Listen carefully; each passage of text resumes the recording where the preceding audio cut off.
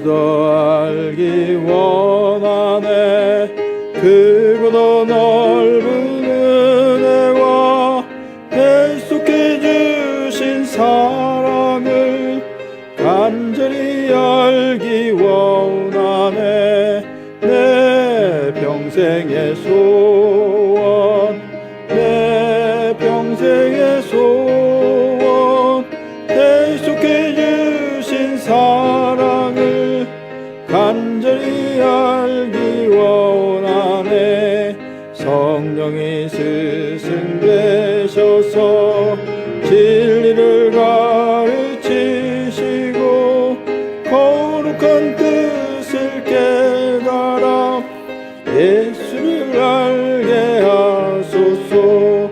내 평생의 소원, 내 평생의 소원, 계속해 주신 사랑을 간절히 알기 원하네. 성령의 감화 받아서 하나님 말씀 배우니 그 말씀 한 절 한 절이 내 맘에 교훈되도다. 내 평생의 소원, 내 평생의 소원, 계속해 주신 사랑을 간절히 알기 원하네. 예수가 계신 보좌는 영광에 둘려 있도다. 영광의 왕이 오시니 그 나라 왕성하도다. 내 평생의 소원, 내 평생의 소원, 계속해 주신 사랑을 간절히 알기 원하네. 함께 보실 하나님 말씀은 역대하 7장 14절입니다. 역대하 7장 14절.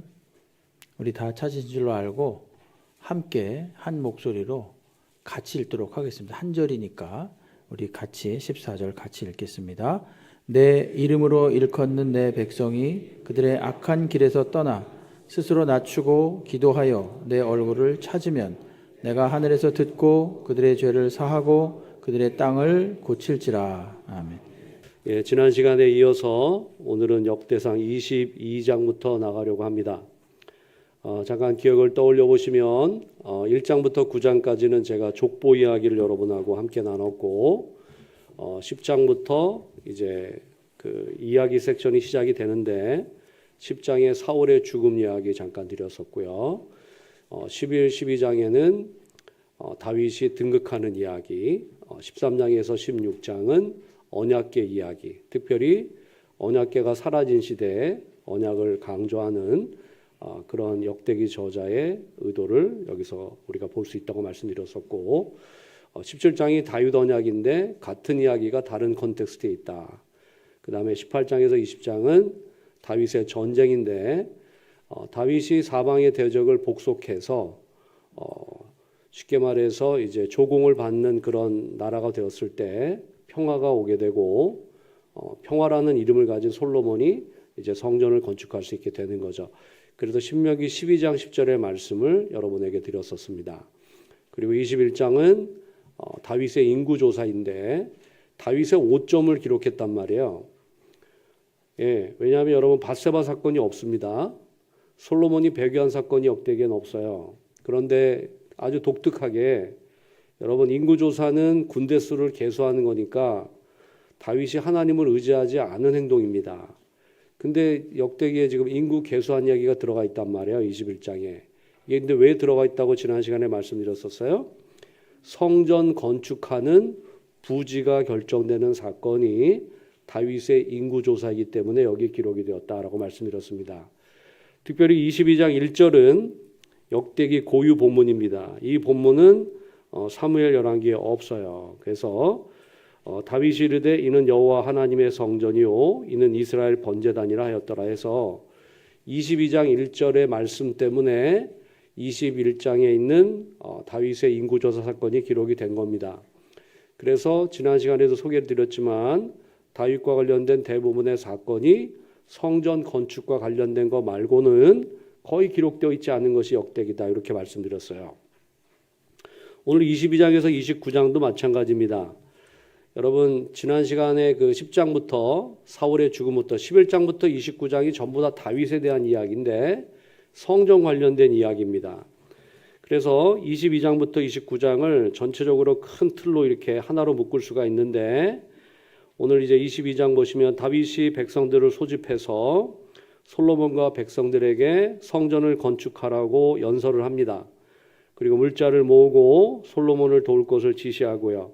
내 아들 솔로몬은 어리고 미숙하기 때문에 너희들이 좀 많이 도와줘라. 이런 식의 이제 당부를 하는 거죠. 그래서 여기 이제 그 이야기를 하고 있고 성전 건축에 대한 다윗의 소원이 하나님에 의해서 거절이 됩니다. 자, 여러분 사무엘하 7장에서 다윗이 성전 건축을 하나님께 아뢰을 때 하나님이 거절하셔요. 사무엘하 7장에서.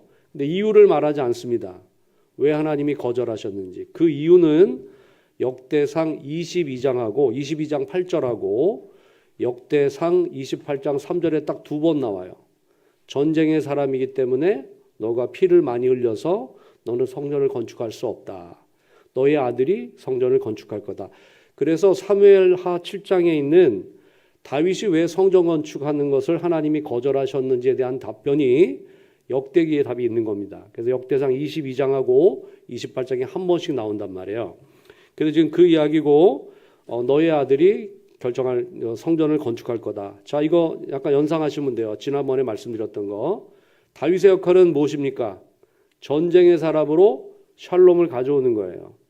북쪽의 아람, 동쪽의 암몬, 모압, 남동쪽의 에돔까지 다 정복해서 조공을 받았어요. 그렇게 평화의 시기가 되었을 때 샬롬이라는 이름을 가진 솔로몬이 성전을 건축하는 겁니다. 하나님의 뜻에 의해서. 그러니까 이것이 단순히 다윗과 솔로몬의 자기 의지라기보다는 신명기 12장에 있는 말씀에 따라서 너희들이 가나안 땅에 들어가서 정착할 때 내가 사방 대적으로부터 너에게 평안을 줄 때 한 곳을 정해서 그게 예루살렘이고 예루살렘 성전입니다. 너희로 나를 예배하게 하겠다. 이 하나님의 뜻에 따라서 다윗은 지금 전쟁의 사람으로 평화를 준비하는 역할을 하는 거고 솔로몬은 평화의 시대에 성전을 건축하는 겁니다. 그래서 그 이야기로 집중돼서 나타나는 게 지금 역대기란 말이에요. 그래서 여러분이 22장에 보시면 이제 그런 얘기를 들으실 수 있는데 여기 22장 자, 이 표는 한번 보시고요. 이따가 22장, 23장, 22장은 지금 다윗의 연설입니다. 자, 22장, 그 다음에 23, 24, 25, 26, 27, 28, 29장이 29장, 10장까지 사무엘에 없는 본문이에요. 자, 역대기 고유 본문이 이렇게 깁니다. 자, 22장 1절부터 29장 10절까지가 사무엘의 평행 본문이 없어요. 그러니까 역대기 고유 본문이니까 지난 시간에 소개했듯이 역대기의 중요한 신학적인 메시지는 이렇게 역대기 고유 본문 통해서 많이 나타나는 거죠. 자, 22장은 다윗의 연설입니다. 전부 다 스피치하는 거예요. 말하는 거예요. 솔로몬에게, 그 다음에 지도자들에게, 백성에게. 그 다음에 23장부터 27장은 이게 족보입니다. 거의 사람 이름입니다. 족보라기보다 리스트라고 그럴게요. 사람 목록이에요. 23장부터 27장까지 성경을 한번 보십시오. 23장 보면 전부 다 레위인들의 어떤 직무고 24장은 제사장 직무, 그 다음에 25장은 찬송하는 레위인들, 26장에는 문직입니다. 레위인들이죠, 전부. 그러니까 23, 24, 25, 26장이 전부 다 레위인의 목록이에요. 그 다음에 27장에 가면 다윗의 신하들 명부가 나옵니다. 자, 질문 드려볼게요. 23장부터 27장까지 사람 이름이 또 나와요. 1장에서 9장까지도 지겨운데 23장부터 27장까지 또 사람 이름이 나온단 말이에요. 이거 왜 나올까요?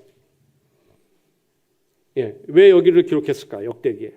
특별히 레위인의 직무가 왜 여기 기록이 되었을까요? 예, 지금 누가 말씀하신 것 같아요. 자, 성막 시대에서 여러분 성막 시대는 계속 옮겨 다니죠. 레위인의 직무는 뭡니까? 그거를 어깨에 짊어지고 옮기는 거잖아요. 그죠?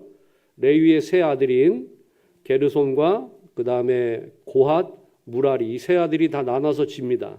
이 고핫 자손이 제일 중요한 것들 짊어지고 옮기는데 이제 성전 시대가 되면 어떻게 되겠어요?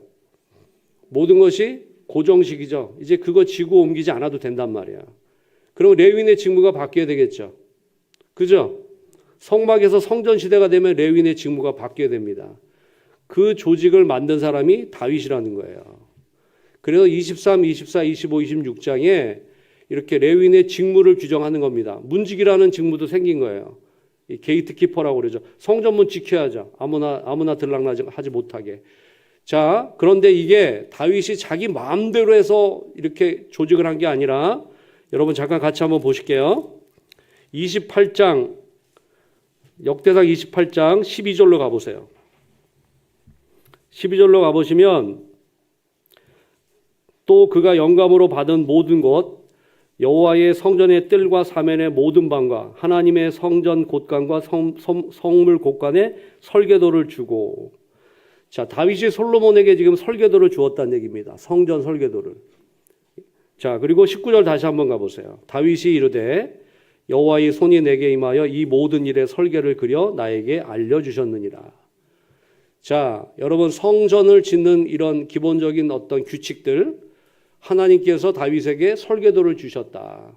설계를 알려주셨고 그 설계도를 솔로몬에게 주었다라고 지금 말하는 거예요. 레위인의 직무도 마찬가지입니다. 하나님께서 다윗을 통해서 지금 레위인의 직무를 새롭게 규정해 주는 거예요. 성전에서 너희들은 이렇게 나눠서 이런 일들을 담당해라. 그래서 실제로 솔로몬이 나중에 성전 건축한 다음에 이렇게 레위인의 직무를 규정할 때 이 아버지 다윗이 만들어 놓은 것을 토대로 조금 다듬은 것밖에 없어요. 솔로몬은. 이 다윗이 이렇게 대부분의 그 새로운 직무를 여기서 규정하는 겁니다. 하나님께 받은 이런 설계도에 따라서 하나님의 말씀에 따라서. 자 이렇게 여러분 지금 다윗이 레위인의 직무를 정해주고 있는데 지금 22장하고 28장, 29장은 전부 스피치입니다.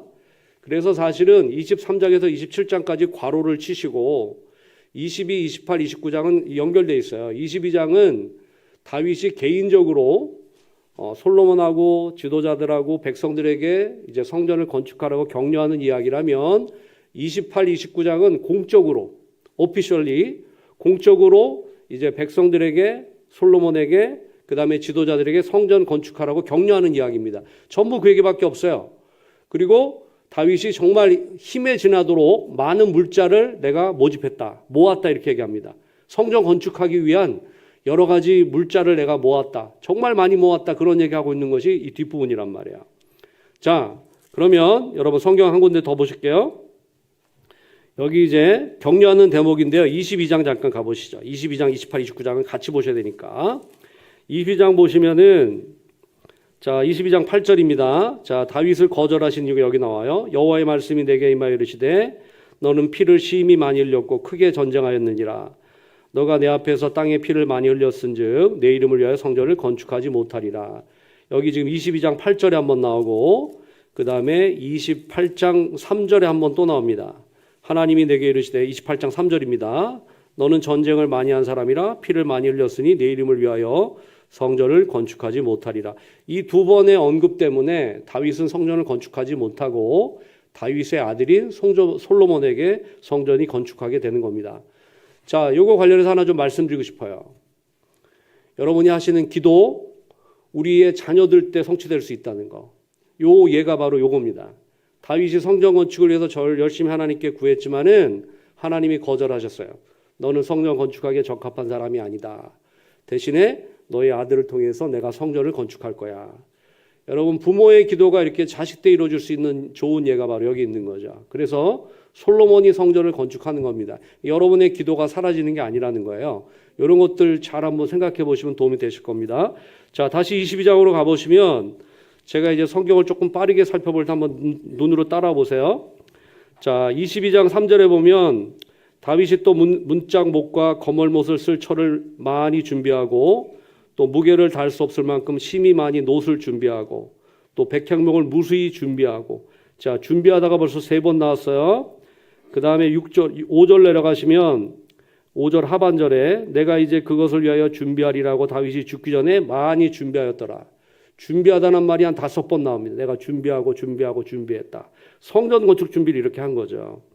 그리고 6절부터 이제 스피치 파트인데 6절은 솔로몬에게 하는 말입니다. 자, 그래서 다윗이 솔로몬에게 이르되 7절입니다. 내 아들아, 나는 내 하나님 여호와 이름을 위하여 성전을 건축할 마음이 있었으나 뭐 피를 많이 흘렸다. 그 8절 나오고 9절 내려가시면 보라 하나들이 내게서 나리니 그는 온순한 사람이라. 내가 그로 주변 모든 대적에게서 평온을 얻게 하리라. 그의 이름을 솔로몬이라 하리니 이는 내가 그의 생전에 평안과 안일함을 이스라엘에게 줄 것임이니라. 그가 내 이름을 위하여 성전을 건축할지라. 그는 내 아들이 되고 나는 그의 아버지가 되어 그의 나라 왕위를 이스라엘 위에 굳게 세워 영원까지 이르게 하리라 하셨나니. 자, 이건 다윗 언약입니다. 역대상 17장 3마 7장에 있는 다윗 언약과 관련된 얘기예요. 보좌 위에 앉을 자가 끊어지지 않게 하겠다. 그 말씀을 다윗이 자기 아들에게 하는 거죠. 지금 솔로몬에게. 11절입니다. 이제 내 아들아, 여호와께서 너와 함께 계시기를 원하며 너가 형통하여 하나님께 여호와께서 내게 대하여 말씀하신 대로 내 하나님 여호와의 성전을 건축하며 여호와께서 내게 지혜와 총명을 주사 내게 이스라엘을 다스리게 하시고 내 하나님 여호와 율법을 지키게 하시기를 더욱 원하노라.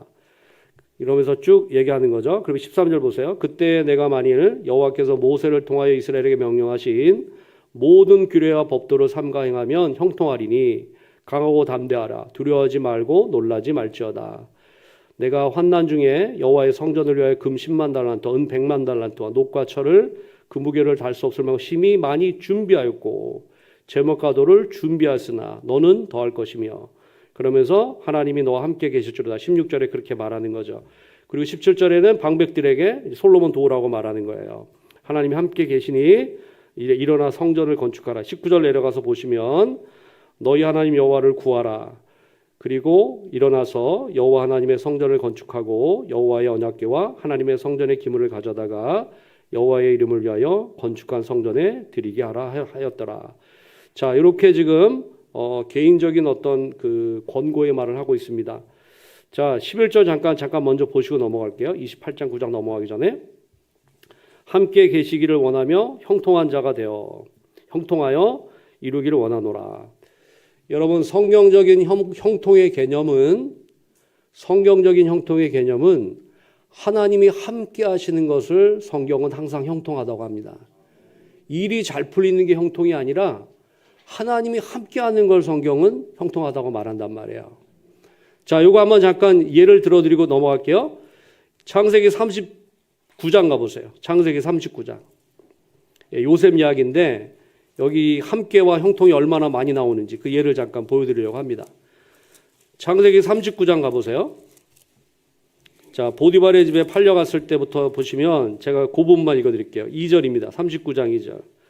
여호와께서 요셉과 함께 하심으로 그가 형통한 자가 되어. 자, 하나님이 함께 하니까 형통한 자가 됐다.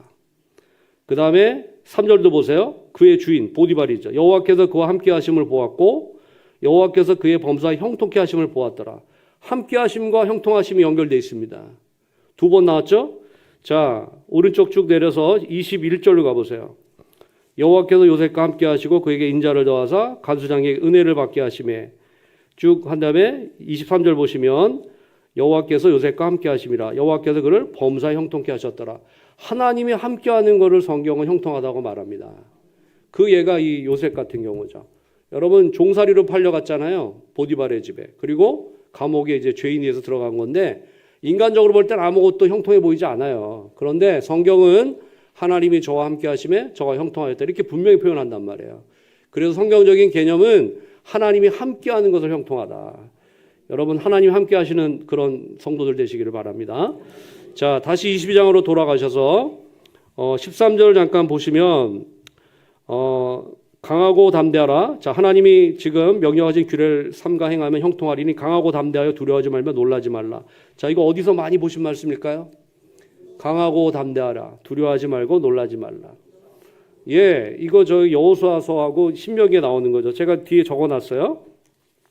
예, 여기 뭐 제가 왔다 갔다 하면서 할 테니까 나중에 찾아보시죠. 여기 다 있습니다. 이 안에. 자, 이거 모세가 여호수아에게 했던 말입니다. 그죠? 모세가 여호수아에게 했어요. 여호수아서에도 나오고 신명기에 나옵니다. 두 번씩 나와요. 강하고 담대하라. 두려워하지 말고 놀라지 말라. 히브리어 문구가 똑같아요. 여러분 의도적으로 지금 다윗이 솔로몬에게 격려하는 그 구절이 모세가 여호수아에게 썼던 그 구절을 그대로 쓰고 있단 말이야. 왜 그럴까요? 왜 그럴까요? 역대기가 무엇을 말해주고 싶은 걸까요?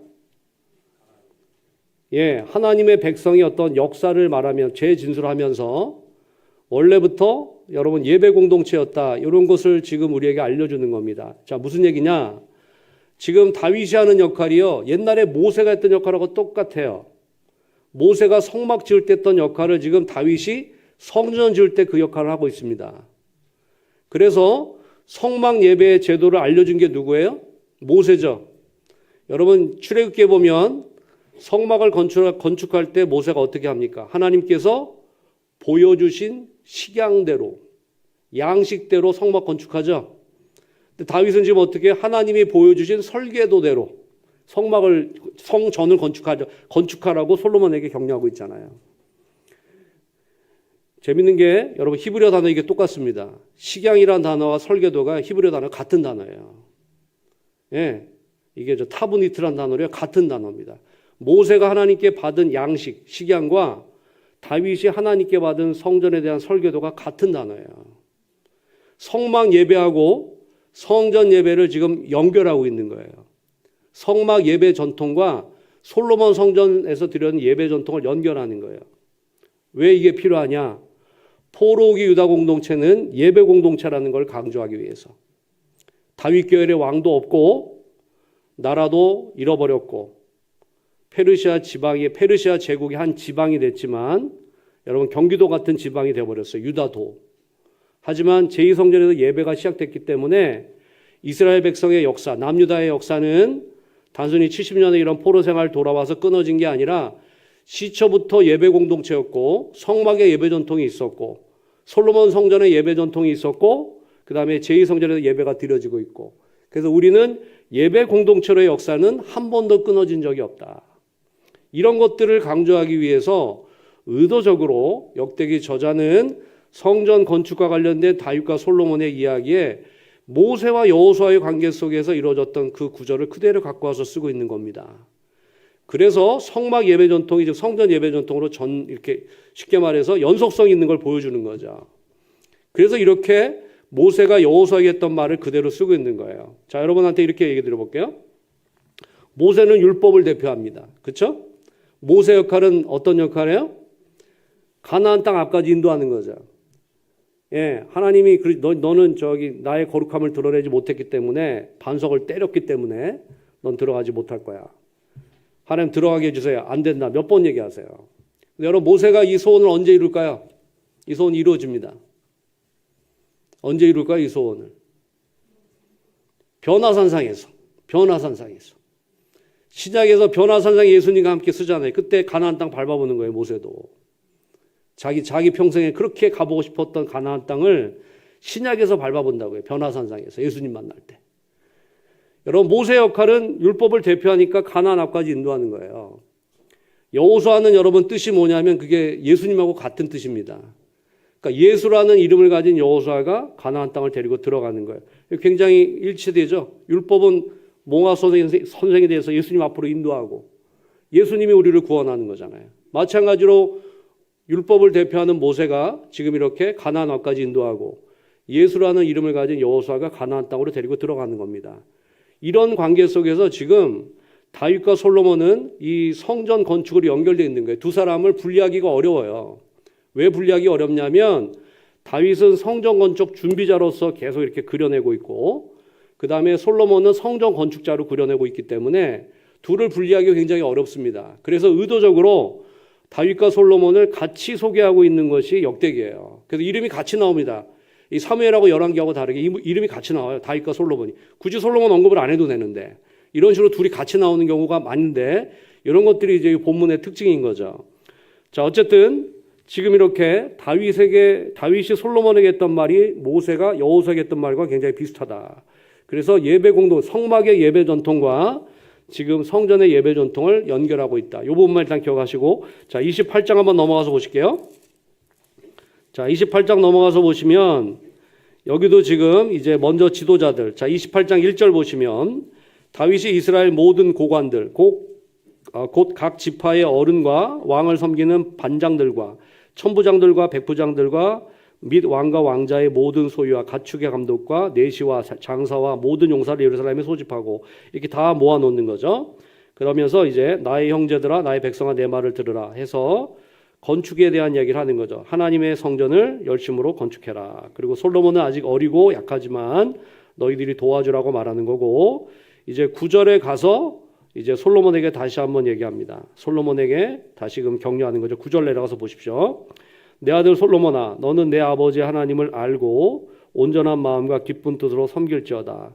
여호와께서는 모든 마음을 감찰하사 모든 의도를 아시나니 너가 만일 그를 찾으면 만날 것이요 내가 만일 그를 버리면 그가 너를 영원히 버리시리라. 자, 찾다란 말 잘 기억해 두시고요. 버리다 잘 기억해 두십시오. 하나님을 찾으라고 말하는 거죠. 예, 앞부분에 찾다란 얘기 한 번 더 있었어요. 자, 10절. 그런즉 이제 너는 삼갈지어다. 여호와께서 너를 택하여 성전의 건물을 건축하게 하셨으니 힘써 행할지니라. 이러면서 여기도 이제 11절 보세요. 설계도 또 나오죠. 예, 11절에도 나오고 지금 12절에도 나오고 19절에도 나옵니다. 3번 나옵니다. 이게 식양, 양식과 똑같은 말이에요. 하나님이 모세에게 보여줬던. 그래서 예배 전통을 이제 연결하고 있는 거죠. 그래서 모세를 다윗을 제2의 모세라고도 합니다. 역대기에서는. 왜냐하면 이렇게 예배 조직을 잘 갖춘 사람으로, 모세는 성막 예배 조직을, 다윗은 성전과 관련된 예배 조직을 잘 갖춘 사람으로 이렇게 묘사하고 있다라는 거예요. 자, 그리고 이제 20절로 내려가서 보시면 28장 20절입니다. 또 그의 아들 솔로몬에게 이르되 너는 강하고 담대하게 이 일을 행하라. 두려워하지 말며 놀라지 말라. 이게 또 나오죠. 내가 여호와의 성전 공사의 모든 일을 마치기까지 여호와 하나님 나의 하나님이 너와 함께 계시사 내게서 떠나지 아니하시고 너를 버리지 아니하시랴. 함께 하시고 너를 버리지 않을 거다. 제사장과 레위 사람의 반이 있으니 하나님의 성전의 모든 공사를 도울 것이요 또 모든 공사에 유능한 기술자가 기쁜 마음으로 너와 함께 할 것이며 또 모든 지휘관과 백성이 온전히 내 명령 아래 있으리라. 자, 이렇게 지금 격려하는 거죠. 그다음 29장도 다윗의 격려하는 그 스피치 연설입니다. 회중에게 말하는 거죠. 내 아들 솔로몬이 유일하게 하나님께서 택하신 바 되었으나 아직 어리고 미숙하며 이 공사는 크도다. 이 성전은 하나님을 위한 것이 아니요 여호와 하나님을 위한 사람을 위한 것이 아니요 여호와 하나님을 위한 것이라. 내가 이미 내 하나님의 성전을 위하여 힘을 다하여 준비하였으니 준비 또 나오죠. 곧 기구와 만들 금과 은과 녹과 철과 나무와 또 만호와 가공할 검은 보석과 채석과 모든 보석과 옥돌이 매우 많으며 성전을 위하여 준비한 모든 것 외에도 내 마음이 내 하나님의 성전을 사모함으로 내가 사유한 금은으로 내 하나님 성전을 위하여 드렸노니, 그러면서 쭉 얼마나 많은 것들 하나님께 드렸는지를 소개합니다. 그 다음에 족장들도 하나님께 얼마나 많이 드렸는지를 소개하고 정리하고 있어요. 그리고 10절에서 이제 다윗의 기도가 있는 거죠. 자, 역대기의 특징 가운데 하나는 중요한 사건 뒤엔 항상 이렇게 기도가 나옵니다. 여러분, 이 포로 후기 책들의 기도가 많이 나와요. 예, 구약 성경에 포로 후기 책이 어떤 게 있을까요? 역대기, 에스라, 느헤미야서, 학개, 스가랴, 말라기, 이런 게 다 포로 후기 책이죠. 기도에 대한 게 많이 나옵니다. 왜냐하면 70년 포로 생활이라는 것 자체가 이스라엘의 트라우마를 남겼기 때문에 금식이 많아져요. 여러분, 금식을 많이 합니다. 포로기부터 예루살렘을 회파된 것을 기념하는 금식, 그 다음에 뭐 성전이 파괴된 것, 이런 식으로 굉장히 기도가 많아요. 그 포로기 이후로. 그래서 성경에도 포로기 이후 책에는 기도가 많이 나오는 겁니다. 특별히 역대기는 중요한 사건 뒤에 마무리할 때 항상 기도로 마무리를 해요. 여기도 지금 이렇게 성전 건축과 관련해서 다윗이 많이 준비하고 그 다음에 백성을 격려하고 지도자를 격려하고 솔로몬을 격려하면서 이제 기도로 마무리를 하는 거죠. 자, 한번 보실까요? 10절입니다. 잠깐 보시고 또 한번 정리해드리고 넘어갈게요. 다윗의 온 회중 앞에서 여호와를 송축하여 이르되 우리 조상 이스라엘 하나님 여호와여, 주는 영원부터 영원까지 송축을 받으시옵소서. 여호와의 위대하심과 권능과 영광과 승리와 염이 다 주께 속하였사오니 천지에 있는 것이 다 주의 것이로소이다. 여호와여, 주권도 주께 속하였사오니 주는 높으사 만물의 머리이심이니이다. 부와 귀가 주께로 말미암고 또 주는 만물의 주제가 되사 손에 권세와 능력이 있사오니 모든 사람을 크게 하심과 강하게 하심이 주의 손에 있나이다. 우리 하나님이여 이제 우리가 주께 감사하며 주의 정화로운 이름을 찬양하나이다. 나와 내 백성이 무엇이기에 이처럼 즐거운 마음으로 드리림이 있었나이까. 모든 것이 주께로 말미암아 싸우니 우리가 주의 손에서 받은 것으로 주께 드렸을 뿐이니이다. 우리는 우리 조상들과 같이 주님 앞에서 이방 나그네와 거류민들이라. 세상에 있는 날이 그림자 같아서 희망이 없나이다. 우리 하나님 여호와여 우리가 주의 거룩한 이름을 위하여 성전을 건축하려고 미리 저축한 이 모든 물건이 다 주의 손에서 왔사오니 다 주의 것이니이다. 나의 하나님이여 주께서 마음을 감찰하시고 정직을 기뻐하시는 줄을 내가 아나이다. 내가 정직한 마음으로 이 모든 것을 즐거이 드렸사오며 이제 내가 또 여기 있는 주의 백성이 주께 자원하여 드린 것을 보니 심히 기쁘도소이다. 쭉 얘기하는 겁니다. 그래서 19절까지 마저 볼게요. 18절입니다. 우리 조상들이 아브라함과 이삭과 이스라엘 하나님 여호와여 주께서 이것을 주의 백성 심중에 영원히 두어 생각하게 하시고 그 마음을 준비하여 주께로 돌아오게 하시며 또 내 아들 솔로몬에게 정성된 마음을 주사 주의 계명과 권면과 율례를 지켜 이 모든 일을 행하게 하시고 내가 위하여 준비한 것으로 성전을 건축하게 하옵소서 하였더라. 19절까지가 다윗의 감사 기도하는 내용입니다. 하나님께서 주셔서 우리가 하나님께 드렸다. 이런 고백을 하는 거죠. 20절에는 온 회중 향해서 하나님을 송축하고 그리고 하나님께 예배하라. 그 얘기하고 있고 22절 보시면 이렇게 온 백성이 함께 예배드린 후에 이날에 무리가 크게 기뻐하여 여호와 앞에서 먹으며 마셨더라. 여러분 예배의 특징 가운데 하나는 기쁨입니다. 기쁨. 여러분 예배를 마칠 때는 어쨌든 기쁨으로 돌아가실 수 있어야 하는 거죠. 예배를 드리러 올 때는 수많은 인생의 문제를 갖고 올 수 있지만 예배를 마칠 때는 하나님의 은혜로 충만해서 하나님께서 우리의 삶에 간섭하시기 때문에 예배를 통해서 우리가 돌아갈 때는 기쁨을 가지고 돌아갈 수 있는 것입니다. 그런 예를 보여주는 것이에요. 자, 우리가 다윗의 아들 솔로몬을 다시 왕으로 삼아 기름을 밑에는 비슷한 얘기들이고요. 26절에서 이제 30절은 다윗에 대한 이야기를 정리하고 있습니다. 자, 여러분 이제 나눠드린 거 한번 보시면 거기 전체적인 22장부터 29장이 다윗의 성전 건축 준비라고 제목을 붙였어요. 자, 보시면 이렇게 23장, 24장에서 26장까지 전부 다 레위인입니다. 자, 여러분한테 또 한 가지 중요한 그 역대기의 신학을 하나 알려드릴게요. 역대기는 레위인을 굉장히 강조하고 있어요. 제사장보다 레위인을 굉장히 강조합니다. 레위인을 세워주려고 굉장히 노력하는 것처럼 보여요. 레위인들에 대한 강조가 있어요. 역대기 안에. 왜 그럴까요? 자, 포로기를 생각하셔야 됩니다. 포로기 이후에. 여러분 에스라 느헤미야서 나중에 한번 잘 읽어보세요. 에스라가 바벨론에서 여러분 유다 땅으로 돌아올 때 레위인을 많이 모으지 못해가지고 일주일을 지체합니다. 사람 리크루트 하려고. 레위인 좀 더 가자 너희들. 그 에스라 느헤미야서의 그 족보들 보시게 되면요. 제사장 숫자가 더 많아요. 레위인보다. 왜 그럴까요? 제사장이 많이 돌아왔어요. 고향 땅으로. 바벨론에서. 근데 레위인 숫자가 적단 말이에요. 왜 그럴 것 같으세요? 일하는 거 관련이 있죠. 여러분 제2성전을 짓게 되면 자 바벨론의 정책은 이겁니다. 바벨론의 정책은 그 페르시아의 정책은 이겁니다.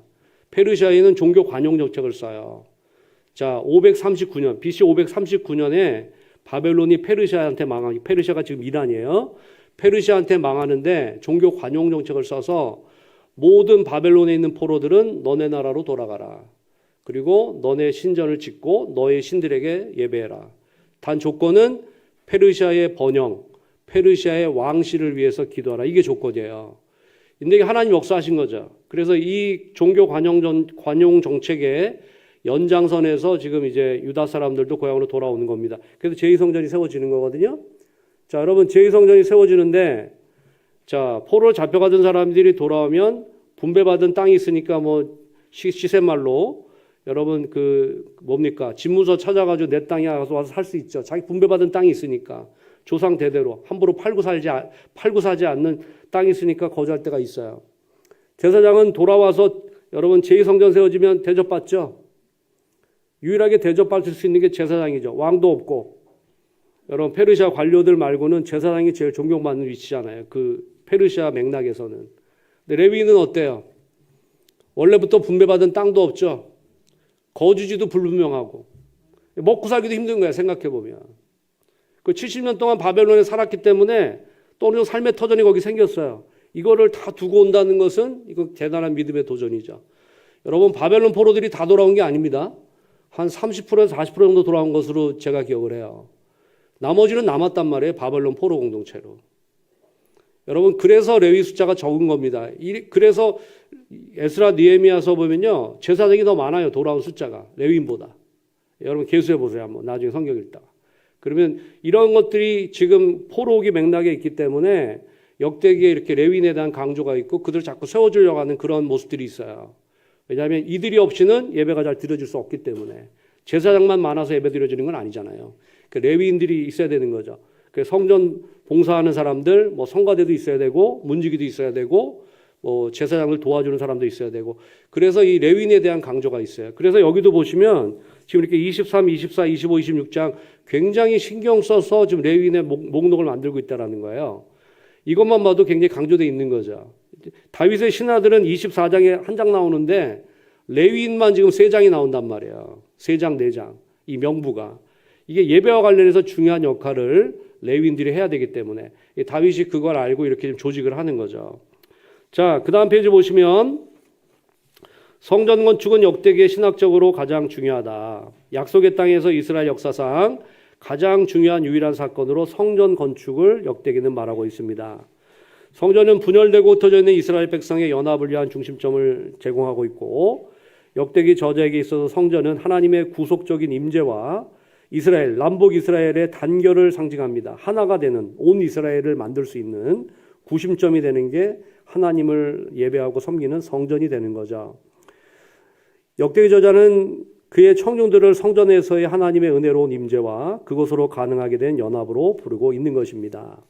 마찬가지로 신약에겐 한번 읽어보시고요. 다윗의 성전 건축 준비. 이건 이미 다 말씀드린 거니까 건너뛸게요. 자, 그 다음 페이지의 마지막 연설 바로 28장, 29장인데 여기 잠깐 정리해서 보면 지금 그 역대상 22장을 돌아보면서 28, 29장에서 솔로몬에게 그리고 솔로몬에 대해서 말한 것을 좀 더 이제 공식적으로 말하는 게 28장, 29장이다. 그리고 이렇게 해서 지금 이제 지도권이 이양이 되는 거고 성전 건축이 이제 이루어지는 배경이 조성이 되는 거죠. 그 다음 페이지 보시면 아마도 28, 29장은 절정의 순간입니다. 다윗 내러티브에 역대기에 있는 다윗의 마지막 장면이 여기인데 그래서 여기 지금 22장에 다윗은 개인적으로 솔로몬을 격려했고 23장에서 27장은 성전 봉사자들을 임명했고요. 그 다음에 28, 29장에는 온 이스라엘을 소집해서 공개적으로 격려하면서 축하 행사를 하는 겁니다. 그래서 어찌 보면 이 성전 건축과 관련된 준비에 있어서 다윗의 그 최고의 정점은 역대기에서는 바로 28, 29장이 되는 거죠.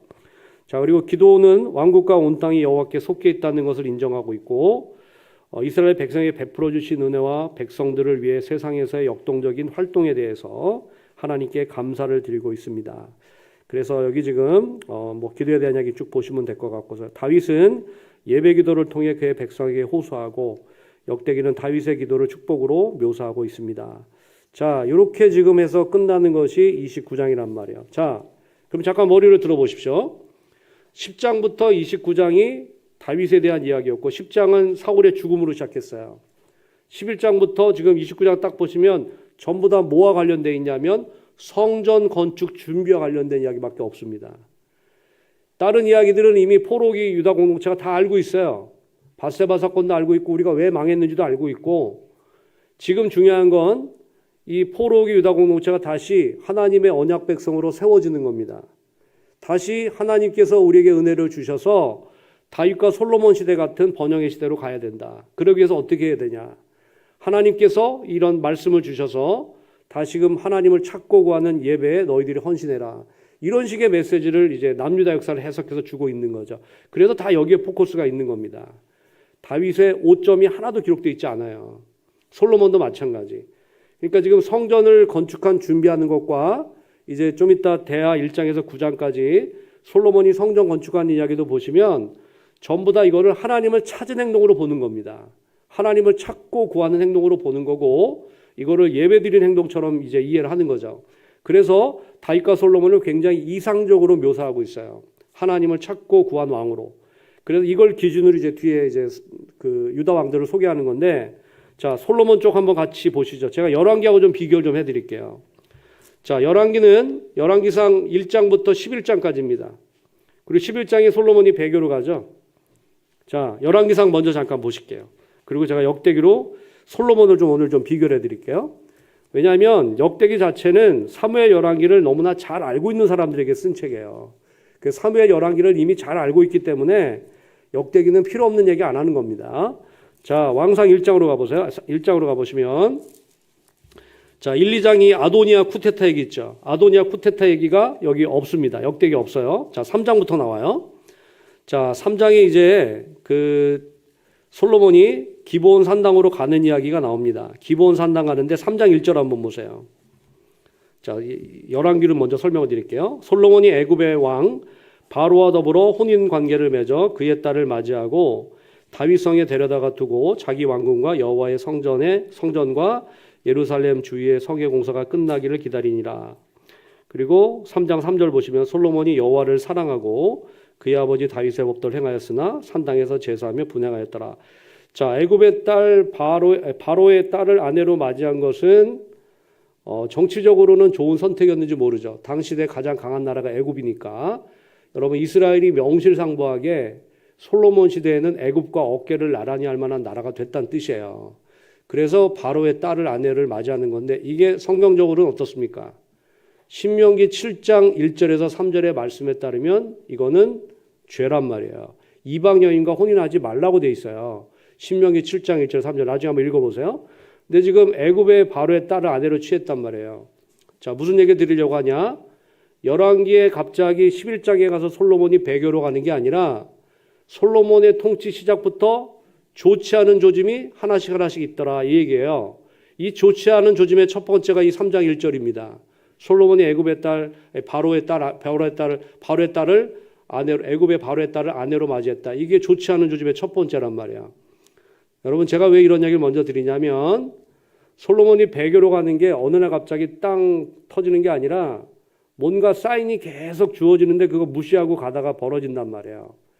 여러분, 하나님께서 당신의 자녀들을 인도하실 때 잘못된 길을 간다고 하나님께서 보신다면 가지 말라고 막으십니다. 분명히 사인을 주세요.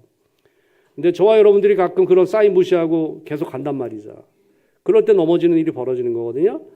솔로몬도 지금 열왕기에 보면 하나님이 사인을 주신단 말이에요. 근데 그거 무시하고 계속 가다가 11장에 이제 배교로 가는 거죠. 이 좋지 않은 조짐의 첫 번째가 이겁니다. 그리고 3장 3절에 여호와를 사랑했다고 돼 있는데, 자, 11장 한번 가보세요. 왕상 11장 가시면 여기 이제 배교로 넘어가는 건데 11장 1절입니다. 솔로몬이 바로의 딸 외에 이방의 많은 여인을 사랑하였으니 모압과 암몬과 에돔과 시돈과 헷 여인이라. 자, 마음이 바뀌었죠. 여호와를 사랑하던 솔로몬이 이방 여인을 사랑하는 모습으로 바뀌었어요. 예, 여기 안타까움이 있는 거죠.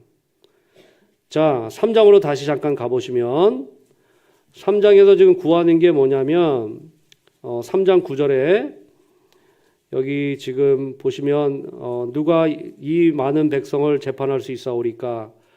듣는 마음을 종에게 주사 주의 백성을 재판해 선악을 분별하게 하옵소서. 듣는 마음. 여러분, 듣는 마음에 좀 동그라미 쳐놓으세요. 듣는 마음. 하나님의 말씀에 순종하는 마음이죠. 하나님의 말씀을 듣는 마음, 순종하는 마음. 솔로몬이 이게 특기였단 말이에요. 이게 장점이었단 말이에요. 이 듣는 마음을 잃어버린 거죠. 11장에서.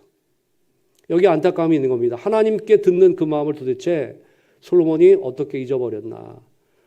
예, 이거 묵상해 보세요. 이 마음을 놓치지 말았어야 되는데, 하나님께 듣는 마음. 그게 솔로몬의 신앙의 비밀이고 지혜의 비밀인데, 이걸 잊어버렸기 때문에 11장에 이방 여인을 사랑해서 신전 지어지고 신전에 들어가서 분향하고 뭐 이러는 겁니다. 그게 배교로 끝난단 말이에요. 자, 7장 한 군데만 마지막으로 더 볼게요. 열왕기 쪽에서 6장 38절 먼저 보세요. 11째 해 불월 곧 8째 달에 그 설계와 식양대로 성전 건축이 다 끝났으니 솔로몬이 7년 동안 성전을 건축하였더라. 그 다음에 7장 1절부터 12절까지는 괄호를 쳐놓으세요. 7장 1절부터 12절까지는. 왜 괄호냐? 이건 성전 건축 이야기가 아니라 왕궁 건축 이야기예요.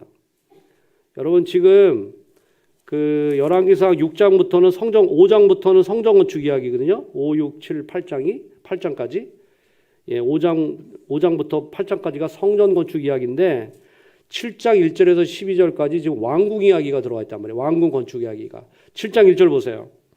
솔로몬이 자기 왕궁을 13년 동안 건축하여 그 전부를 준공하니라. 자, 성전은 7년 지었는데 자기 왕궁은 13년, 거의 14년을 지은 거죠. 2배나 길게 지었어요. 실제로 규모가 2배 정도 큽니다. 자기 왕국이 더 크다고요, 성전보다. 이게 좋지 않은 조짐의 또 다른 예예요. 성전 완공하는 기사 가운데 왕궁 기사가 들어가 있는데 자기 왕궁 짓는 데는 더 시간도 많이 들이고 규모도 더 크고 더 많은 재정도 투자한 거죠. 여러분 이런 것들이 좋지 않은 점이 열왕기에 여기저기 껴 있는 거예요. 그래서 11장의 배교로 가는 겁니다. 자, 열왕기는 이 솔로몬의 이야기를 보세요. 시작은 잘했지만 말년에 배교로 가. 이게 열왕기를 이해하는 열쇠예요. 열쇠. 여러분 이스라엘 민족 전체도 어때요? 시작은 잘하죠. 시작은 잘했지만 말년에 열왕기하 17장에 북이스라엘 망하고 열왕기하 25장에 남유다 망하는 거로 끝난단 말이에요. 왕정이 실패로. 솔로몬의 이야기를 민족 이야기로 이렇게 넓히면 그 열왕기가 되는 거예요. 그래서 솔로몬 이야기가 패러다임처럼 어떤 모델처럼 앞에 이렇게 제시하고 있는 거죠. 이게 열왕기에서 제시하는 솔로몬입니다. 근데 역대기로 가시면, 자, 역대기로 이제 한번 솔로몬 보실게요. 역대하 1장으로 가보세요.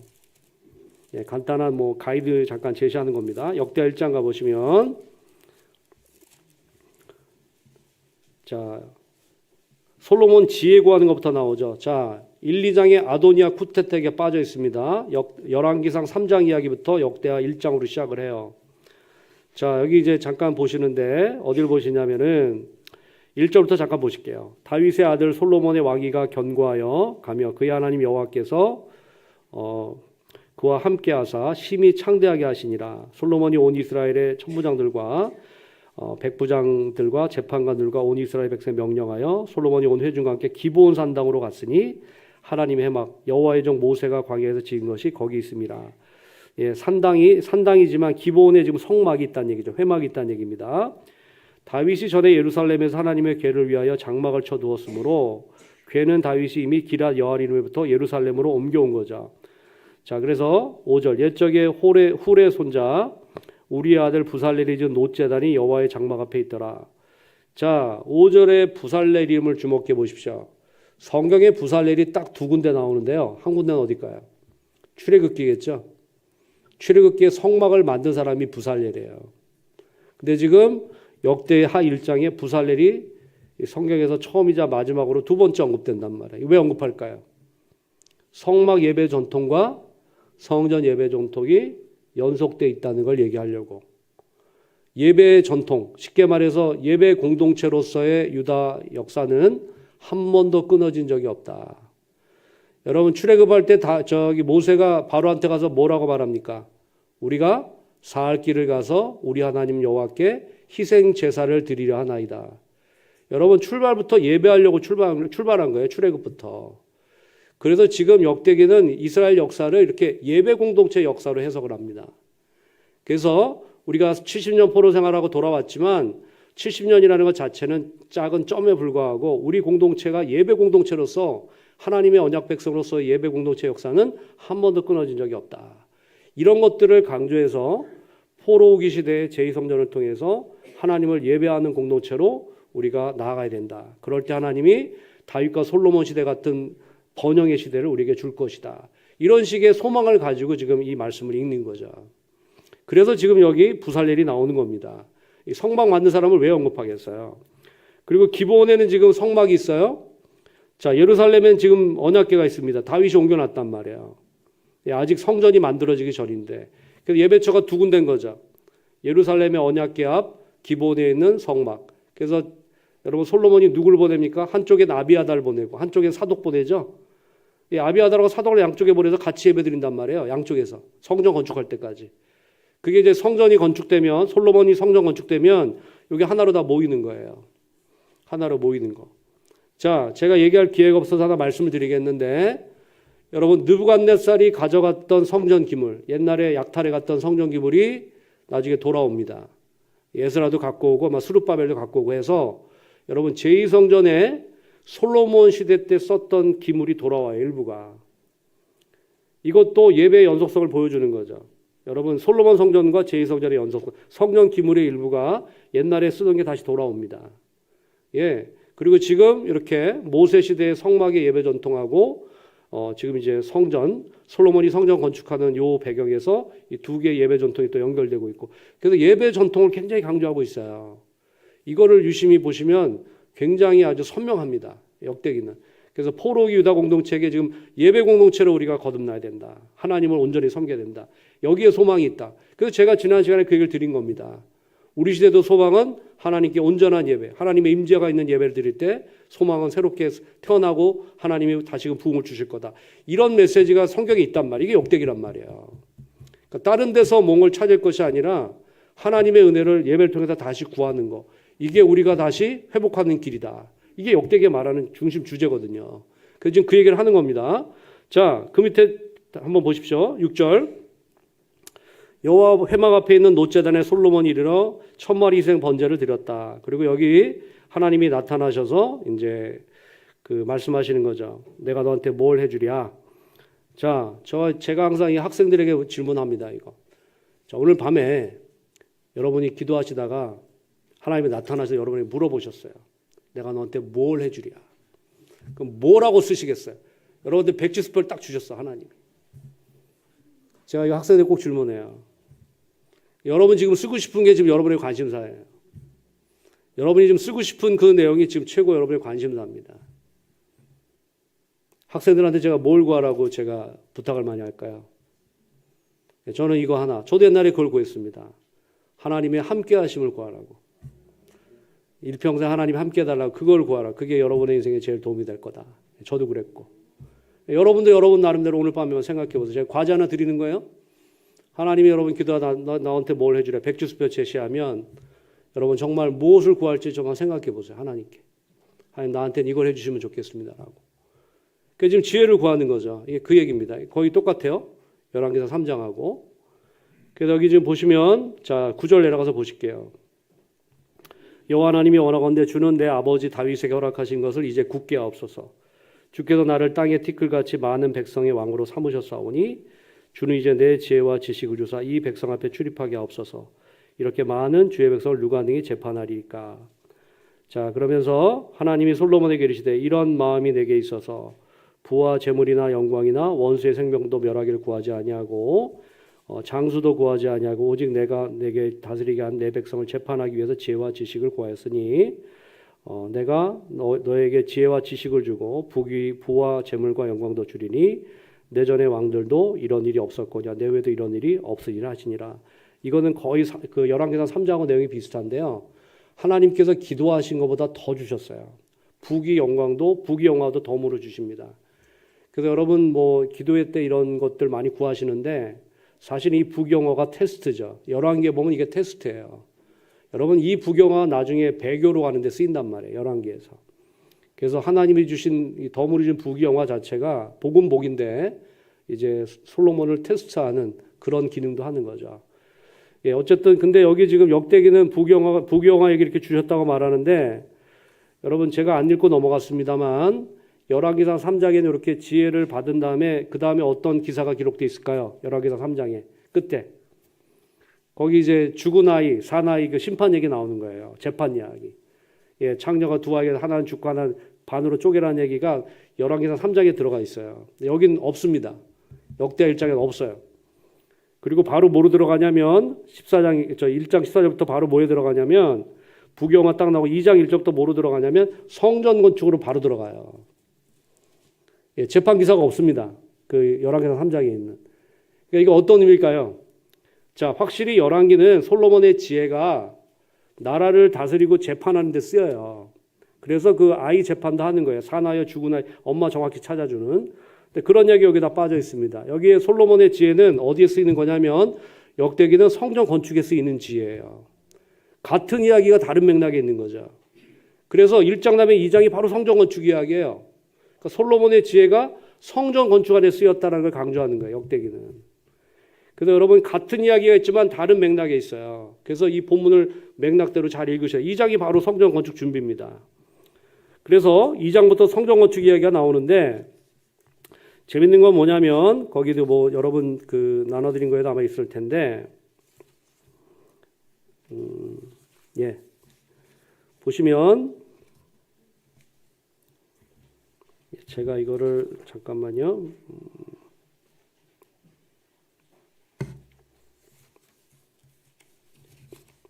예, 뭐 어디 있을 겁니다. 찾아보시면 되긴 하는데 제가 말로 말씀드릴게요. 자, 2장에 이제 성전 건축이 시작되는데 자, 2장부터 지금 이제 그 후람 여긴 뭐 후람압이라고 돼 있어요. 그 두로에서 장인을 데리고 와서 이제 성전 기물을 만드는 이야기고 2장 17절부터 성전 건축을 시작해서 3장, 4장, 이제 5장 1절까지입니다.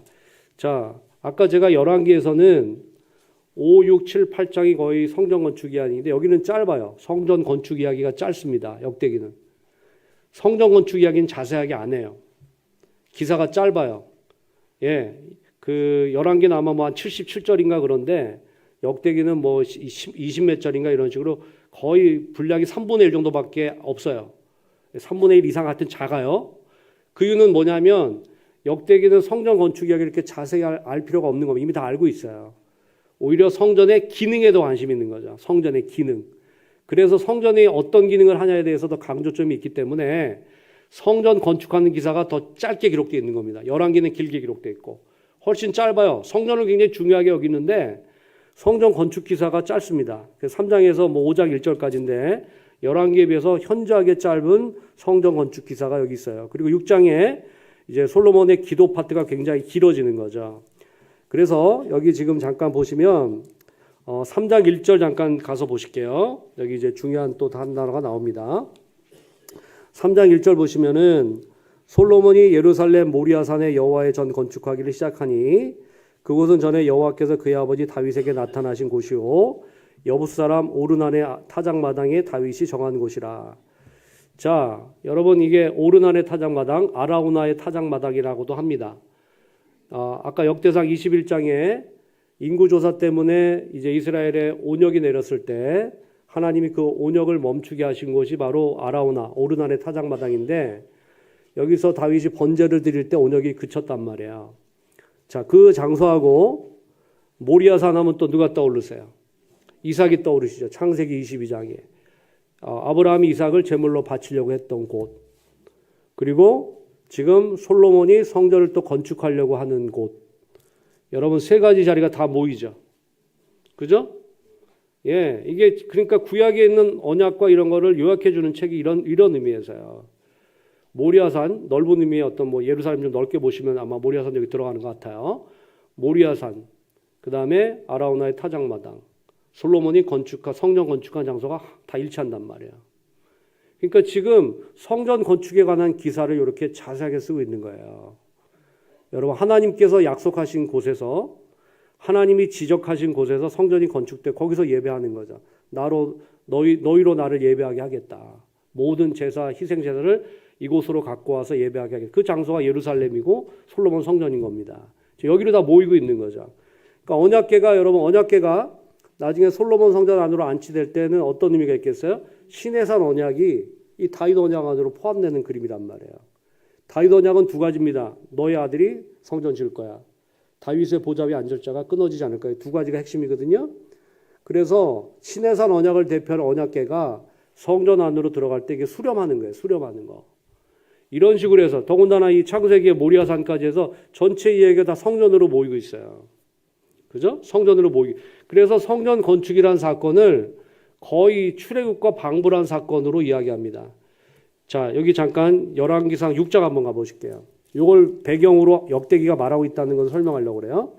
자, 열왕기상 6장으로 한번 가보시고 9장까지 보시고 또 빨리빨리 정리해 볼게요. 자, 6장 1절로 가보십시오. 열왕기상 6장 1절. 이거 되게 중요한 구절이에요. 이스라엘 자손이 애굽 땅에서 나온 지 480년이요. 솔로몬이 이스라엘 왕이 된 지 4년 15월 둘째 달에 솔로몬이 여호와의 성전 건축을 시작하였더라. 여러분 성전 건축을 뭐와 연결시키고 있어요? 열왕기는 출애굽과 연결시키고 있어요. 그죠? 출애굽한 지 480년 만에 성전 건축을 시작했다. 이 솔로몬 통치, 솔로몬 4년 그러면 이게 뭐 940년 보거든요.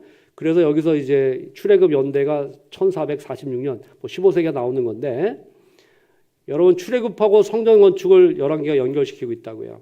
역대기는 이런 거 다 생략해요. 기본적으로 다 알고 있다고 생각해서. 그러면 여러분 출애굽과 성전 건축을 연결한 이유는 뭐겠어요? 출애굽 사건과 방불한 것이 성전 건축으로 보는 겁니다. 하나님의 언약 백성에게 예배 처선하는 것은 성전 건축을 출애굽 사건에 버금가는 사건으로 보는 거예요. 그래서 이스라엘 백성들에게 성전 건축 그만큼 중요한 사건이라고요. 자, 여러분 질문해 볼게요. 오늘날 이스라엘 사람들 지금 열심히 여기저기 폭탄을 날리고 있는데 별로 마음에 안 들지만 그런 여러분 유대인들의 죽기 전의 소망이 뭘 것 같으세요? 죽기 전의 소원, 유대인들의 소원. 메시아가 오시는 것도 물론 있을 거예요. 아직 예수님을 안 믿으니까. 또 뭐가 있을까요? 그것보다 일반적인 정말 소원. 죽기 전에 예루살렘 성전에서 뻔듯하게 구약식의 예배를 드려보는 거. 구약식으로 이렇게 양 잡아가지고 그거 소원이에요. 그 사람들. 여러분 우리 코로나 때 예배 못 드리면 어떻습니까? 아주 죽을 맛이죠. 정말 힘들었잖아요. 코로나 때 예배 못 드리는 거. 그리스도인이 예배 못 드리는 거 힘들잖아요. 똑같아요. 유대인들도 성전에서 구약에 있는 그런 절차에 따라서 정말 짐승 잡아서 하나님께 제사 드리는 게 유일한 그게 죽기 전의 소망이라고. 그래서 성전에 대해서 유대인들이 관심이 많습니다. 근데 함부로 못하는 게 예루살렘에 지금 모스크도 한 400~500년 된 모스크가 바로 옆에 있어요. 그래서 예루살렘 자체가 이제 공동 경비구역처럼 되어 있는데 그게 헐려야 아마 솔로몬 성전 규모가 나올 거라고요.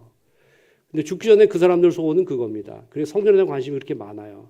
우리는 이런 성경 읽을 때 성전에 대한 어떤 중요성에 대해서 별로 피부로 와닿지 않지만 유대인들에게는 이게 출애굽 사건의 버금가는 중요한 사건이란 말이에요. 그래서 성전을 지금 다시 짓고 싶어하는 그런 열망들이 여전히 있는 거죠.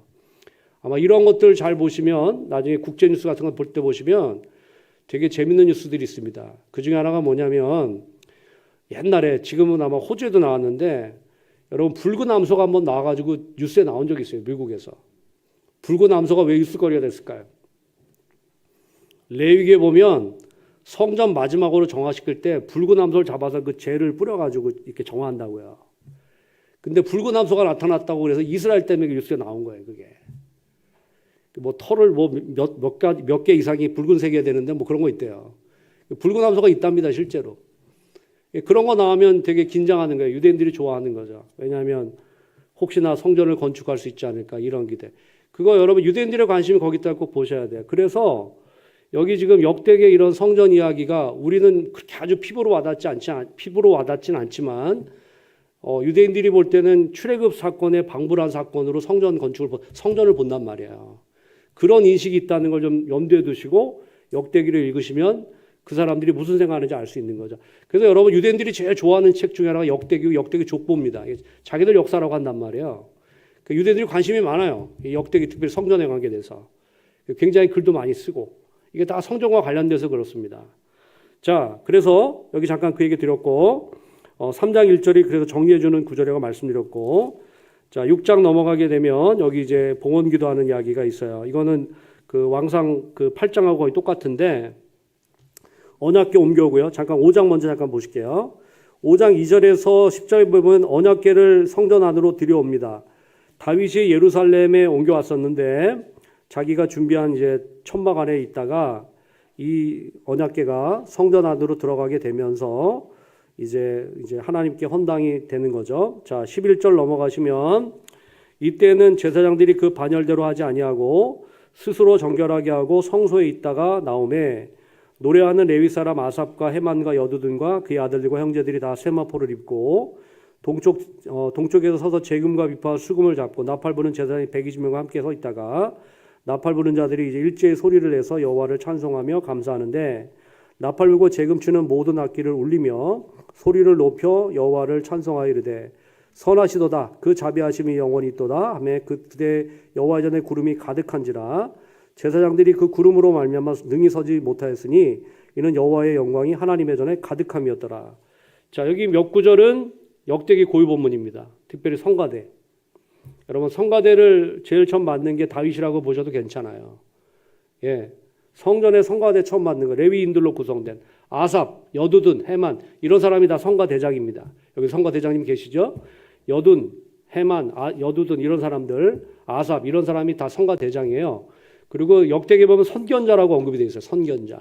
왜냐하면 여러분 시편에 아삽이 지은 시가 있고요, 여두둔이 지은 시가 있고, 그 다음에 뭐 헤만이 지은 시가 있어요. 이런 것들이 이제 성전에서 예배 드릴 때 썼던 곡조 이런 것들이 이제 찬양이 되고 하는 건데, 이런 것들 때문에 이런 세 사람을 선견자라고 부른 것이 아닌가, 이렇게 지금 뭐 주석가들이 이야기를 합니다. 어쨌든 찬송 부르는 이야기가 나오고 구름이 가득한지라. 자, 여러분 이것도 성막하고 거의 똑같습니다. 굉장히 성막을 연상시키는 장면이에요. 성막을 하나님께 봉헌할 때 성막에 구름이 가득 차서 모세도 잘 들어가지 못했던 것처럼 성전을 봉헌할 때 성전에 구름이 가득해서 이제 제사장들이 함부로 들어가지 못했다는 거죠. 이게 굉장히 비슷한 그림으로 의도적으로 이렇게 묘사하고 있는 거예요. 우리는 태초부터 시초부터 예배 공동체였다. 포로기 유다 공동체는 예배 공동체다. 하나님의 나라는 계속되고 있다. 예, 지난번 17장 말씀드릴 때 얘기했죠. 다윗의 나라가 아니고 하나님의 나라. 하나님의 나라의 핵심은 예배 공동체다. 이런 식의 메시지를 계속 전달하고 있는 거죠. 자, 6장 밑으로 내려가 보시면 여기 지금 이제 그 앞부분에 6장 8절, 뭐 9절, 10절은 다윗 언약을 다시 한번 얘기하고 있는 거고요. 솔로몬의 기도 파트 한번 12절부터 잠깐 보시면 여기 이거는 정리된 거로 보실게요. 12장부터 6장 12절부터 그 다음에 저기 42절까지가 7개의 청원입니다. 왕상 8장에 있는 청원과 비슷해요. 몇 가지 거의 뭐 단어 몇 개 빼고 거의 비슷합니다. 그래서 보시면 여기 이제 첫 번째 제가 정리해서 말씀을 드려볼게요. 강의 안에 따로 적지는 않았는데 어디를 보시냐면 이제 18절로 내려가서 보시면 지금 이제 하나님께 대한 이야기하고 있고 22절부터 첫 번째 청원입니다. 22절. 만일 어떤 사람이 그 이웃에게 범죄하여 맹세시킴을 받고 그 성전으로 있는 주의 제단 앞에 맹세하거든 하늘에서 들으시고 범죄한 일 있을 때 맹세하면 요 얘기고 첫 번째 예고, 두 번째가 24절. 주의 백성 이스라엘이 주께 범죄하여 적국 앞에 패했을 때 돌아와서 성전에서 기도하면 하나님이 들으시고 사하시고 용서하소 돌아오게 하소서. 세 번째 청원이 26절입니다. 만일 그들이 주께 범죄함으로 말미암아 하늘의 비가 된 자연재해가 임했을 때 하나님께 이곳을 향해서 성전이죠. 빌고 기도하면 사하시고 들으시고 사하시고 용서하소서. 28절 자연재해에 대한 구체적인 것들입니다. 기근, 전염병, 깐부기 이런 것들 때문에 그리고 적국이 와서 성읍을 포위했을 때 하나님께 기도하거든 하늘에서 들으시고 사하시고 뭐 고쳐달라는 얘기 또 나오고요. 그 다음에 32절에 가면 이방인에 대한 얘기도 있습니다. 이스라엘에 속하던 이방인들이 하나님께 이렇게 표심팔을 들고 하나님께 기도하거든 이방인의 기도도 들어달라는. 그러니까 이걸 보면 벌써 이스라엘 시대에도 하나님의 백성이 되는 것이 혈통으로 되는 것은 아니다. 이런 걸 보여주는 예들이 바로 이런 거죠. 이방인 가운데 하나님 말씀을 순종하고 유대인과 동일하게 개종한 이방인이라고 합니다.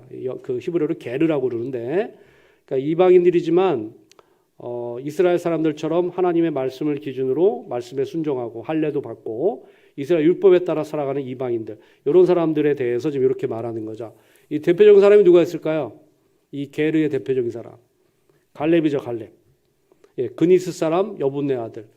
여러분 항상 갈렙은 그니스 사람 여분네 아들이에요. 유다 지파 족장이지만 그니스 자체는 가나안 7족 중에 하나입니다. 그 게르란 말이에요. 출애굽할 때 같이 나온 이방인 중에 하나인 거죠. 예, 그런 사람이 이제 하나님 말씀에 순종하는 이제 백성으로 이제 편입이 된 겁니다. 자, 그런 것처럼 지금 32절엔 이방인이 기도할 때, 34절은 이게 아마 7번째 텐데, 6번째 겁니다. 적국과 싸우고자 할 때, 앞에는 패했을 때고 적국과 싸우고자 할 때. 그리고 이제 마지막 7번째가 36절입니다. 주께 범죄에서 포로로 잡혀갔을 때, 그래서 하나님께 두 손 들고 기도하고 하나님께 용서를 구하면 39절 주는 계시고 하늘에서 그들의 기도와 간구를 들으시고 돌보시며 주께 범죄한 주의 백성을 용서하옵소서.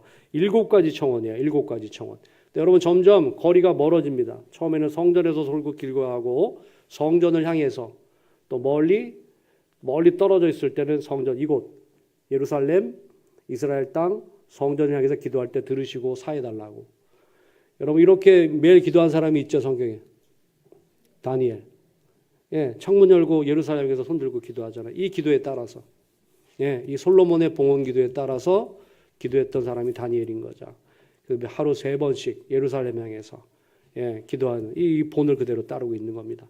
자, 이렇게 기도하는 대목이 여기 있어요. 그래서 지금 열왕기하고 역대기가 봉헌 기도는 거의 비슷한데 여기 지금 봉헌 기도 내용이 역대기 그대로 옮겨져 있고 성전 건축에 대한 실제 내용은 짧다고 그랬죠. 이게 성전의 기능을 강조하는 겁니다.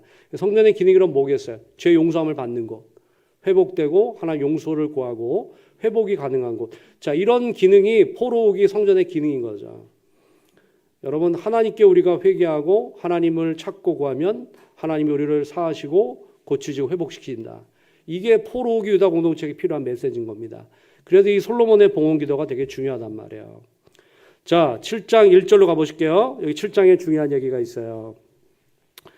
예, 솔로몬이 기도를 마치네 하늘에서 불이 내립니다. 그리고 번제 여호와의 영광이 성전에 가득하고 다시 한번 이제 성전에 들어가지 못했다. 하나님의 영광이 가득. 그 얘기 한 번 더 나오고요. 그리고 이제 번제 또 드리는 이야기 나오고. 자, 7장 11절로 가보십시오.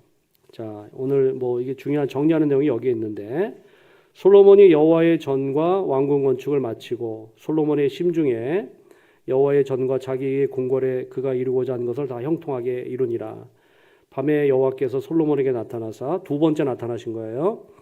그에게 이르시되 내가 이미 너의 기도를 들었고 이곳을 택하여 내게 제사하는 성전을 삼았으니 혹 내가 하늘을 닫고 비를 내리지 아니하거나 혹 메뚜기에게 토산을 먹게 하거나 전염병이 내 백성 가운데 유행할 때 내 이름으로 일컫는 내 백성이 그들의 악한 길에서 떠나 스스로 낮추고 기도하여 내 얼굴을 찾으면 내가 하늘에서 듣고 그들의 죄를 사하며 그들의 땅을 고칠지라.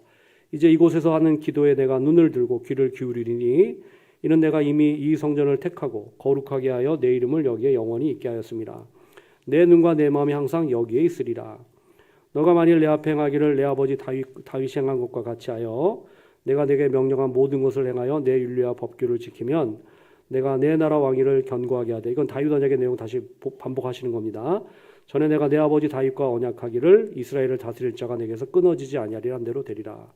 자, 19절부터 22절은 경고입니다. 워닝이 있어요. 그러나 너희가 만일 돌아서서 내가 너희 앞에 둔 율례와 명령을 버리고 가서 다른 신들을 섬겨 그들을 경배하면 내가 너희에게 준 땅에서 그 뿌리를 뽑아내고 내 이름을 위하여 거룩하게 한 이 성전을 내 앞에서 버려 모든 민족 중에 속담거리와 이야기거리가 되게 하리니 이 성전이 비록 높을지라도 그리로 지나가는 자마다 놀라 이르되 여호와께서 무슨 까닭으로 이 땅과 성전에 이같이 행하셨는고 하면 대답하기를 그들이 자기 조상들을 애굽 땅에서 인도하여 내신 자기 하나님 여호와를 버리고 다른 신들에게 붙잡혀서 그것들을 경배하여 섬김으로 여호와께서 이 모든 재앙을 그들에게 내리셨다 하리라 하셨더라.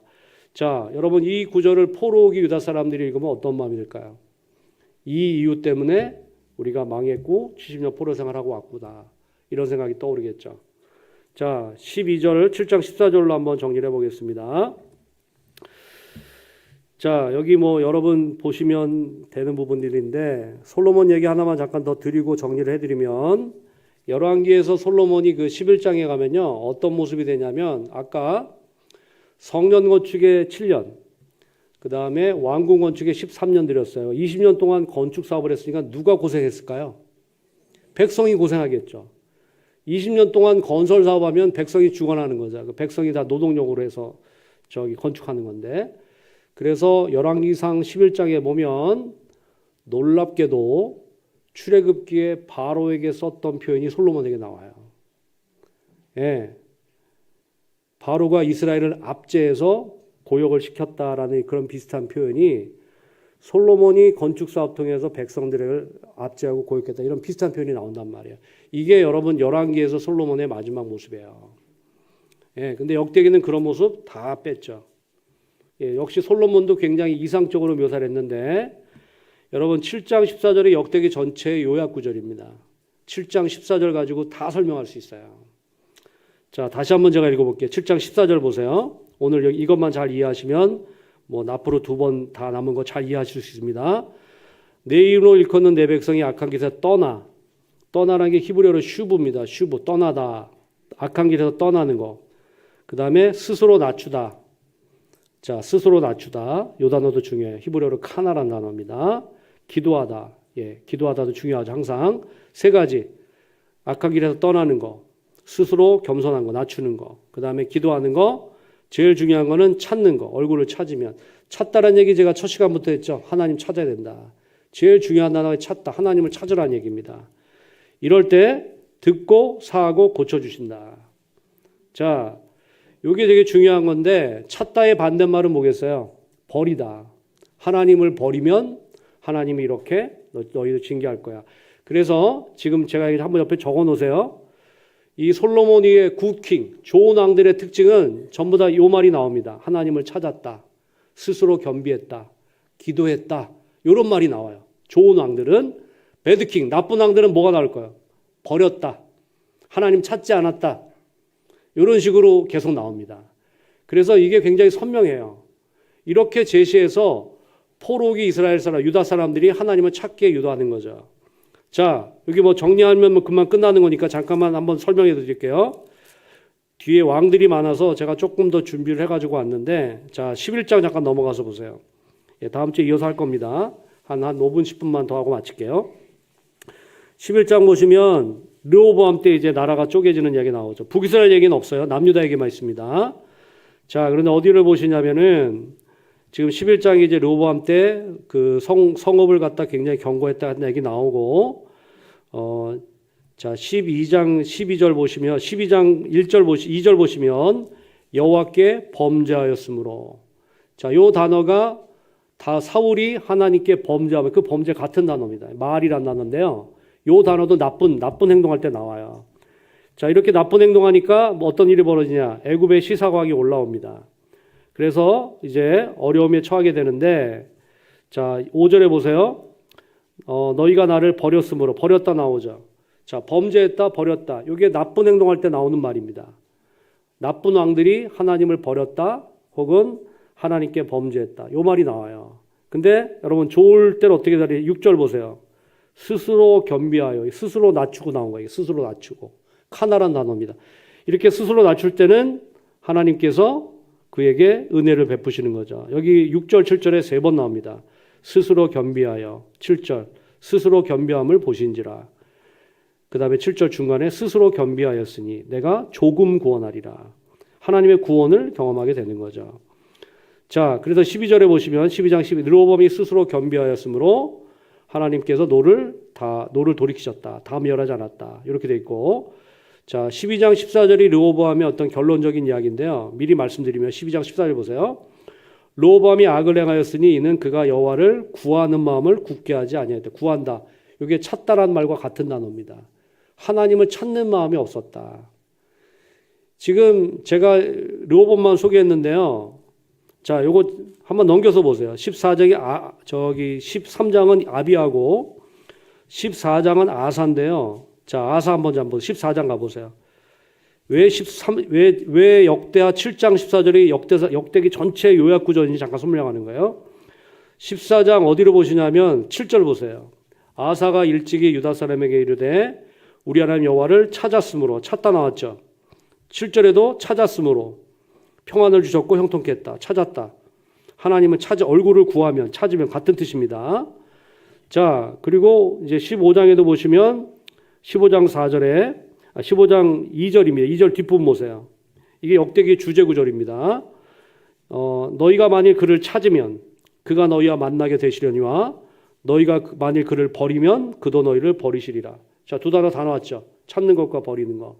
이게 굉장히 중요한 신학적인 구절입니다. 하나님 찾으라는 얘기 하는 거죠. 자, 4절에도 여호와께로 돌아가서 찾다라는 얘기 나오고, 자, 11절도 가보세요. 15장 11절. 하나님 여호와를 찾기로 언약하고 13절. 여호와 하나님을 찾지 아니하는 자는 죽이는 것이 마땅하다. 15절 보세요. 여호와를 찾았으므로 평안을 주셨더라. 자, 그리고 16장 잠깐 16장도 보시면 뭐 선견자 하나님 얘기 나오는데 12절 보세요. 16장 12절 마지막 이야기. 아하사가 왕이 된 지 39년에 그의 발에 병들이 들어 위독하였으나 병이 있을 때 그 여호와께 구하지 아니하고 찾지 아니하고 의원들을 구하였다. 구하지 않았기 때문에 지금 이렇게 좋지 않은 결말이 왔다. 이게 선명합니다. 제가 뒤에 다 찾아드릴 수 있어요. 그러니까 7장 14절이 요약 구절이란 말이에요. 그래서 7장 14절에 요 찾다란 말이 나오는 왕이 좋은 왕이에요. 여러분 다윗과 솔로몬에게는 범죄했단 말이 하나도 안 나옵니다. 그 말이라는 말은 한 번도 안 나와요. 다윗과 솔로몬은 모델로 제시하는 거예요. 어떤 모델? 하나님을 찾고 구하는 왕으로. 찾고 구하는 행동을 성전 건축 준비하고 성전 건축으로 보는 거죠. 그래서 솔로몬 이후의 왕들은 이 역대하 7장 14절을 기준으로 판단하는 겁니다. 예, 그래서 굿킹이 있고 배드킹이 있어요. 좋은 왕이 있고 나쁜 왕이 있는데 여러분이 아시는 뭐 히스기야, 요시아는 전부 다 이 뭐 겸비했다, 하나님 찾고 구했다 이런 말만 나오고 모나세, 아하스 이 나쁜 애들은 전부 다 범죄했다, 하나님 버렸다 이 말이 나온단 말이에요. 굉장히 선명합니다. 그래서 이런 이야기를 통해서 역대기 저자가 하고 싶은 얘기가 뭐냐? 포로옥 유다 공동체에게 하나님을 찾고 구해라. 그 얘기하는 거예요. 하나님을 찾고 구하는 자에게 소망이 있다. 여러분 그 얘기를 계속 하는 거고 제가 마지막으로 하나만 나누고 마치겠습니다. 왜냐하면 뒤에 갈 길이 너무 멀어요. 왕들이 너무 많이 나와가지고 제가 약속대로 36장까지 갈 겁니다. 자, 16장 요거 잠깐 아사에게만 하고 넘어갈게요. 다음 주엔 간단히 요약하고 넘어갈 겁니다. 17장으로. 자, 아사가 지금 15장 19절에 보시면 하나님을 찾았기 때문에 이때부터 아사왕 35년까지 다시는 전쟁이 없으니라. 제가 적용하려고 얘기 나누는 거예요. 근데 16장 1절 보세요. 아사왕 39년입니다. 자, 35년까지는 다시 전쟁이 없어서 평화로웠다는 거죠. 36년에 드디어 이제 아사가 이제 뭐 그 잘못하는 이야기가 나오는데 36년에 지금 이제 그 아까 12절 보신 대로 그다음에 39년에 여호와께 구하지 않고 지금 이제 그 의원들을 구했다. 그러니까 36년에 지금 아사가 하나님을 의지한 게 아니라 지금 그 베나닷 이방 나라의 왕을 의지해서 지금 문제를 해결하려는 모습이 여기 있어요. 그래서 16장 7절에 보면 선견자 하나니가 와서 꾸짖습니다. 하나님을 의지해서 승리를 거둔 경험이 있음에도 불구하고 왜 이번에는 하나님 의지하지 않았냐? 왜 이방 나라의 왕을 의지하냐? 꾸짖으니까 이제 화를 내고 옥에 가두게 되죠. 그리고 39년에 이렇게 발에 병이 나서 그걸 이제 치유하지 못하고 이제 죽음을 맞이하게 됩니다. 자, 마지막 적용하는 거 얘기 잠깐 하고 마치려고 그래요. 여러분 35년 동안 하나님을 잘 섬긴 게 아사왕이에요. 35년 동안. 근데 36년부터 뻐그러지는 거죠. 이제 뻐그러졌다고 표현합니다. 예, 사람이 이렇게 교만해질 수 있는 거죠. 그리고 39년에 발에 병이 났을 때 하나님 찾지 않고 의원 찾다가 죽음을 맞이하게 되는 거예요. 여러분 무슨 얘기를 제가 마지막으로 같이 적용하면서 나누려고 하냐면 이겁니다. 여기 신앙생활 오래 하신 분도 많이 계신 것 같은데 여러분 이런 생각을 좀 앞으로 가지고 신앙생활 하시면 좋겠다. 이런 마음으로 제가 말씀드리는 거예요. 뭐냐면 내가 오늘까지 예수를 잘 믿고 신앙생활을 잘 했다 하더라도 내일 하나님께서 나에게서 은혜를 걷어가시면 나는 어떻게 될지 모르는 인간이다. 이 생각을 하셔야 됩니다. 아사왕이 35년 동안 잘 섬겼어요. 근데 36년 때 뻐그러졌단 말이에요. 35년을 잘 섬겼다고. 35년을. 여러분 36년째 되게 교만해져가지고 하나님 의지하지 않고 이방왕 의지했다가 선지자한테 책망받으니까 선지자 감옥에 가두고 39년에 발에 병이 났는데 그때도 하나님 찾지 않고 의원 구하고 그러다가 죽음 맞이한단 말이에요. 여러분 이게 우리에게 무엇을 말해줍니까? 35년이고 40년이고 하나님께서 날마다 우리에게 은혜를 주지 않으시면 우리의 믿음과 신앙생활이 아직 불가능하다는 얘기예요. 여러분 그래서 오늘까지 내가 잘 믿어도 절대 교만할 수 없다는 겁니다. 우리가 날마다 하나님의 은혜를 구하셔야 한다는 거예요. 날마다 그분의 은혜가 있어야 일평생 믿음 가지고 사는 거지 오늘 잘 믿었다 하더라도 내일 하나님께서 내게서 은혜를 걷어가시면 우리도 넘어지고 쓰러지고 죄질 수밖에 없는 인간이다. 이런 생각을 가지고 날마다 은혜를 구하며 믿음으로 살아야 한다는 얘기입니다. 여러분 그렇게 여러분 사시는 여러분들 되시기 바라고 오늘 역대기의 말씀처럼 하나님을 진심으로 열심으로 찾는 저와 여러분들이 될 수 있기를 바랍니다.